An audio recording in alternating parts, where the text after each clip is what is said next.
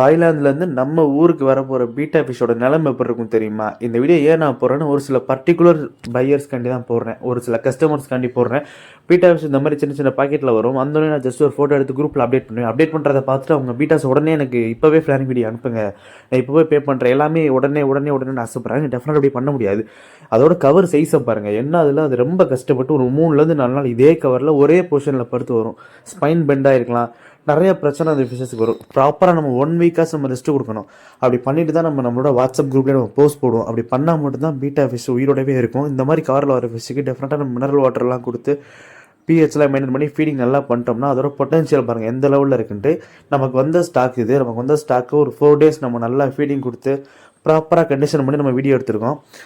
நான் இப்போயே இந்த வீடியோ பண்ணால் ஒரு சில கஸ்டமர்ஸ் புரிஞ்சுக்காமல் உடனே எனக்கு வீடியோ அனுப்புங்க, நான் பே பண்ணுறேன்னே இருக்காங்க. டெஃபினட்டாக அப்படி பண்ண முடியாது.